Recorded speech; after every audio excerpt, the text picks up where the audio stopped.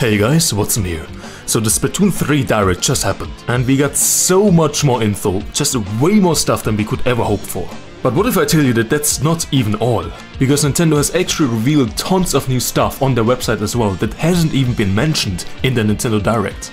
So I've been going over the whole website, over all of these wall of text here, to see what else is new if you only watch the Direct. So let's not waste any more time and jump right in, shall we? So first up we have a new way to connect with other players. It looks like they're implementing a system where you can connect using hashtags, so that everyone who has used the hashtag will show up as a ghost in your lobby. Maybe in the future they will even add like lobby codes, so you can join private battles more easily, if they're even adding more ways to connect to other players as well. Next up we have a big one, how save data works.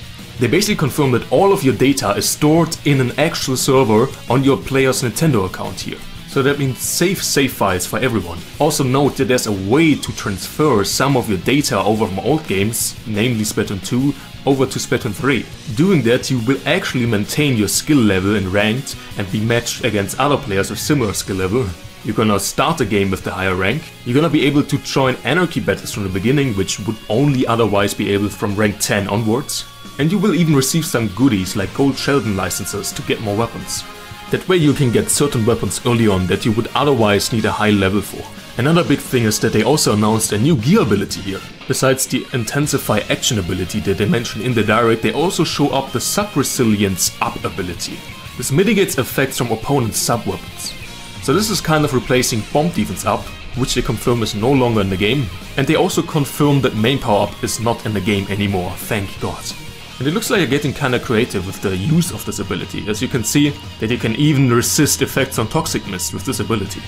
Then another thing that they confirm is that the nicknames used in-game are actually separate from your account name. So you can just change your in-game name anytime you want without changing the overall account name. But keep in mind, if you do this once, you have to wait a little bit before changing again. And it also changes your ID numbers on your splash tags. They also go a bit more into detail what badges are here. You can win them by, for example, winning 50 regular battle wins or 1000 Crisco points. And if you just paint a lot on a certain weapon, you're gonna get badges for these weapons as well, that you can show off on your splat tag. Here they also confirm that it's like in the old games that you need to be at least level 10 to unlock the rank modes, which is anarchy mode in this game. And they also explain in greater detail how the ranking system actually works. So this time you will actually gather something called rank points, which will be used to rank up or down no matter what rank mode you're playing in. So it's not tied to a mode anymore. You can play in series and open, with your friends or without. And the old ranking system from C- all the way up to S plus 50 is returning. Battle your way through from C- to S plus, and then there are 50 different ranks in the S plus. These ranks will actually getting reset after each season, which is every 3 months. Which you can see here. You're gonna drop at least 2 ranks from your highest rank, and people between S plus 0 and S plus 9 will drop to S rank, while anyone above will just keep their S plus rank, but revert back to S plus 0. Like they mentioned in the Direct, they're gonna add X battles later on, and there your rank is actually tied to a particular mode again. You have to play X rank alone, you can't team up with your team like in the previous ranks. And also the placement matches now are 5 battles instead of 10. Another nice addition that they do is that you can actually select the region you want to play in. There are 2 regions, Asia, Australia, New Zealand, and North America plus Europe. These obviously gonna determine who you're gonna be playing, and there will be a recommendation which region you should play. The Asian region will probably be the more competitive one, so a more competitive player will probably be drawn to the Asian region. Keep in mind, regions cannot be changed during the season, so you can only change them every 3 seasons. So maybe making 2 accounts will help you playing in both the regions. And again, there will be a top 500 system, and those players will actually be honored. Then for private battles, we have the confirmation that there are still 2 additional spectator spots, so that's nice. And one big thing is that the Crisco Industries actually have a training room on their own as well. They haven't showed us in the Direct at all, so here's a picture of that. Looks pretty nice that they actually have a proper office now. Additionally to that, there is a new highest title, which will be the Executive VP, replacing the Professional title as the highest one. And it's actually confirmed that you also earn catalog points while doing any jobs for Crisco. Hey, and while we're at it, you can actually get another alternate work outfit as well, which I haven't shown yet, but it's cool that we can actually change up how we look in Salmon Run. Let's get to Splatfest. There's some additional info on Splatfest as well.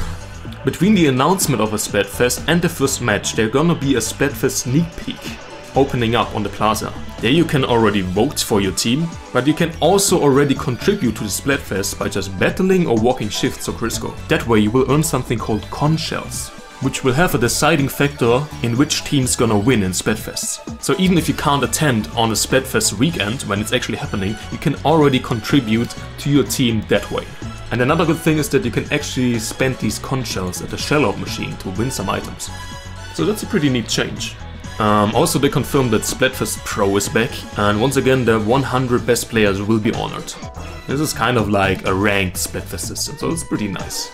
Also keep in mind you can't team up in a team in Splatfest Pro, that's only possible in Splatfest Open. And this time around it seems like 100 times battles are not the battles with the most at stake during Splatfest, but this time there are even 333 times battles. That's just insane. I can't wait to see what they have in store for us with these. The last info I could find on the website is also concerning the Splatfests. Here it confirms that the Ultra Signal actually lets you spawn a sprinkler of doom that you can place at any place of the map.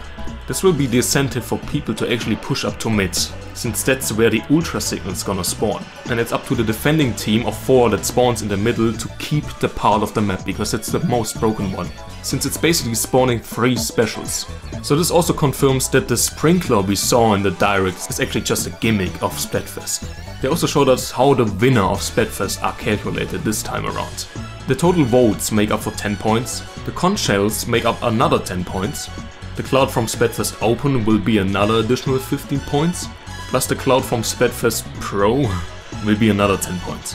It's pretty interesting how they balanced out Splatfest this way. But in my mind this is a pretty good change. That is everything I could find on the website. If there's something I missed, just let me know. I just wanted to give a good overview over all the additional info flowing around that wasn't in the direct. But now you should be up to date. What do you guys think about these additions?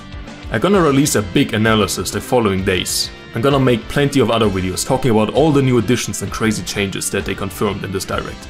With that being said, have a good one, see you around guys. Wadsm out.